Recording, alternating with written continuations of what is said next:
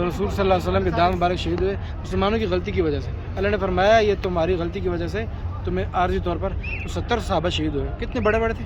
حمزہ رضی اللہ عنہ, ایک حنظلہ تھے. حنظلہ آپ کو واقعہ پتہ ہوگا کہ وہ جو نئی نئی شادی ہوئی تھی اور جب جنگ کا اعلان ہوا تو بغیر غسل کے وہ آ گئے تھے, اور صحابہ نے فرمایا, نبی نے فرمایا حنظلہ کی ڈھونڈو.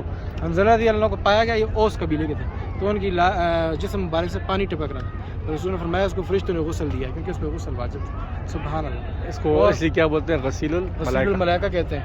اور اسی طرح بڑے بڑے صحابہ, جابر بن عبداللہ جن کی 9 بیٹیاں تھیں, ایک بیٹا تھا عبداللہ رضی اللہ عنہ, جابر کے والد عبداللہ رضی اللہ عنہ جن کی 9 بیٹیاں تھیں, ایک بیٹا تھا, اور وہ بھی اس جنگ میں شہید ہو گئے تھے, جس کی مسلمانوں نے پھر مدد کی تھی. وہ واقعہ پھر کبھی بیان کروں گا. اور اسی طرح یعنی 70 صحابہ دفنایا کیسے گیا کہ رسول اللہ صلی اللہ علیہ وسلم نے پھر ایک قبر کے اندر زیادہ صحابہ کو دفن کیا, دو کو. جو قرآن کا زیادہ حافظ تھا پڑھا ہوا, اللہ کے نبی نے اس کو قبلے کی طرف مقدم کیا تھا. یہ بھی حدیث کے اندر واقعہ آتا ہے. مصعب بن عمیر وہ تھے, آخری بات بیان کرتا ہوں, جو کہ مکہ کے اندر شہزادے تھے. اللہ کے نبی نے ہجرت سے پہلے ہی ان کو یہاں مبلغ بنا کے بھیجا تھا کہ آپ لوگوں کو جا کے دین کی تبلیغ کو میں بعد میں آؤں گا. وہ بھی اس جنگ میں شہید ہو گئے.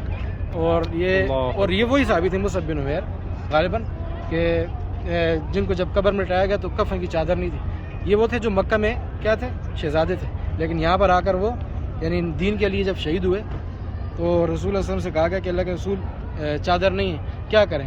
رسول نے فرمایا میرے صحابی پہ اوپر کی طرف چادر ڈال دو اور پاؤں والی جانب پہ مدینے کی گھاس, اسخر گھاس ہے, اس سے اس کو کفن پہنا دو. یہ وہ صحابی تھے. یعنی جو واقعہ آتا نا, تو یہ عہد کا مقام ہے.